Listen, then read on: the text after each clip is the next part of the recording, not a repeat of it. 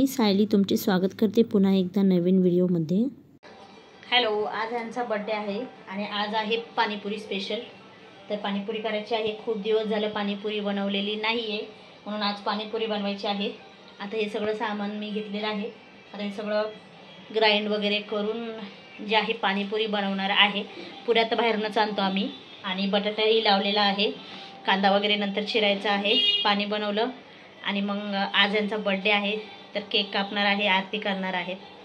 पाणीपुरीसाठी जे आहे ना फ्रीजमध्ये पाणी ठेवलेलं आहे थंड करण्यासाठी, कारण पाणीपुरी जे आहे ना थंड छान वाटते, म्हणून जे आहे ना थोड्या वेळ आधी इथं पाणी ठेवलेलं आहे। मग ते पाणी थंड झालं त्याचं जे आहे पाणी बनवणार आहे पाणीपुरीचं। माझी जावे कांदा कापत होती आणि मी जे आहे ना पाणीपुरीचं तिखट पाणी बनवत आहे। तर त्याच्यासाठी इथं मी जे आहे ना पुदिना घेतला होता, एक गड्डी कोथिंबीर होती, त्याचप्रमाणे 10-12 मिरच्या आणि थोडंसं आलं, हे सर्व मिक्स करून घेतलेलं आहे। आणि आता हे सर्व मिश्रण जे आहे ना ते ह्या थंड पाण्यामध्ये टाकलेलं आहे। आणि ह्याच्यामध्ये जे आहे ना मग मी नंतर थोडासा मीठ आणि पाणीपुरी मसाला टाकलेला आहे। तर पाणीपुरी मसाला जो आहे तो मी एव्हरेस्टचा पाणीपुरी मसाला टाकलेला आहे इथे। पुरी मसाल्याने ना पाणीपुरीला छानशी अशी चव येते। त्याचप्रमाणे थोडंसं जे आहे ना आपल्याला ह्याच्यामध्ये चाट मसालाही टाकायचा आहे। चाट मसाल्यानेही छान अशी चव येते। आणि पुऱ्या ज्या आहेत त्या बाहेरूनच आणलेल्या होत्या। तर साधारणतः मला सगळ्यांसाठी जे आहे ना इथे आम्ही 100 ते 150च्या आसपास पुऱ्या आणलेल्या होत्या। बटाटाही सोलून घेतला, त्याच्यानंतर जे आहे ना आरती केली गणपतीची।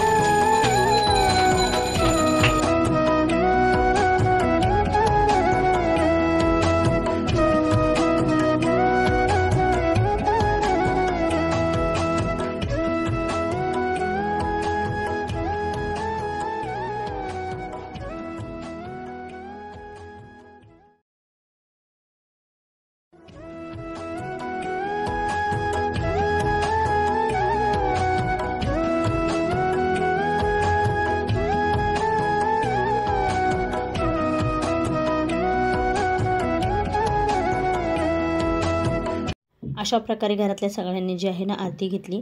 आरती जी आहे ती आम्ही टोटल 5 आरत्या घेतलेल्या होत्या, त्यामुळे आरतीचा व्हिडिओ खूप मोठा झालेला आहे। त्याच्यानंतर जे आहे ना बर्थडे होता ह्यांचा, त्याच्यासाठी छोटंसं सेलिब्रेशन होतं, केक आणलेला होता आणि शिवांश, शार्वी आणि किशू सगळ्यांनी ह्यांच्यासोबत बसून जे आहे ना केक वगैरे कापला। तर सगळ्यात आधी ओवाळून वगैरे घेतला, औक्षण करून घेतलं। आणि आई ह्या आहेत माझ्या सासूबाई आणि माझी जाऊबाई, अशा मी तिघींनी मिळून जे आहे ना ऑप्शन केलं। मुले खूप आनंदात होती आणि छानसा असा बर्थडे सेलिब्रेशन केला।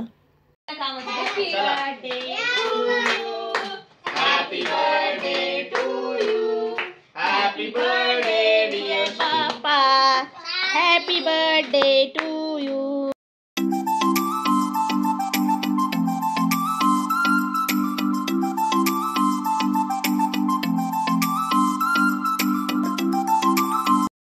त्यानंतर सगळ्यांनी मिळून जे आहे ना पाणीपुरी खाल्ली आणि दुसऱ्या दिवशी जे आहे ना शिवांशला स्कूलमध्ये मोदक न्यायचे होते, त्यासाठी इथे मी जे आहे ना त्याला मोदक बनवत होते. तर उकडीचे मोदक तर शक्य नव्हते एवढ्या सकाळी, कारण टीचरने रात्री खूप उशिरा मेसेज केलेला होता. म्हणून जे आहे ना ते इथं मी तळणीचेच मोदक केले. आणि इथे तळणीच्या मोदकासाठी इथे मी ओलं खोबरं जे आहे ना ते किसून घेतलं होतं. त्याच्यामध्ये गूळ टाकला होता, तूप टाकलं होतं आणि सगळ्यात शेवटी इथे जे आहे ना मी विलायची पावडर टाकलेली होती. असं हे मिश्रण छानसं असं परतून घेतलं आणि जे आपलं गव्हाचं पीठ आहे त्याच्याच मोदक बनवलेले होते इथं. कारण सकाळी जे आहे ना खूप गडबड असते, तर सकाळी जास्त काही बनवणं होत नाही, म्हणून इथं मी त्याला हे जे आहे ना तळणीचे मोदक बनवून दिलेले होते. त्याचप्रमाणे इथे जे आहे ना घरी आपल्या गणपती बाप्पासाठी मी मोदक बनवलेले होते. तर बाप्पासाठी पण मोदक झाले आणि शिवांशला स्कूलमध्ये देण्यासाठीही मोदक झाले. हे पहा, असे छानसे असे मोदक झालेले होते. एवढे परफेक्ट तर नव्हते जमले मला, पण गडबडीत मीही बनवले होते, कारण शार्वीलाही स्कूलवरून आणायचं होतं, शिवांशलाही स्कूलला जायचं होतं, त्याचा टिफिनही होता आणि सकाळची घराची खूप कामाची गडबड असते. तर छानसे असे मोदक झालेले होते आणि देवाच्या आरतीसाठीही मी इथं आपल्या गणपती बाप्पासाठीही मोदक बनवलेले होते. व्हिडिओ खूप लेट आलेला आहे, कारण आधीचा जो व्हिडिओ होता ना हरतालिकेचा आणि गणपतीच्या तयारीचा, तो व्हिडिओ लेट आला, कारण मी हॉस्पिटलाइज होते 5 दिवस. त्यामुळे सगळेच व्हिडिओ जे आहे ना ते लेट येतात ते, परंतु इथून पुढचे जे व्हिडिओ आहेत ते रेग्युलर येतील. असा हा आजचा व्हिडिओ मला कसा वाटला ते कमेंट्स करून नक्की सांगा आणि चॅनलवर नवीन असाल ना तर नक्की सबस्क्राईब करा, लाईक करा, शेअर करा आणि तुम्हाला माझे व्हिडिओ कसे वाटतात ते कमेंट्स करून नक्की सांगा. काही सजेशन असेल तर तेही नक्की सांगा.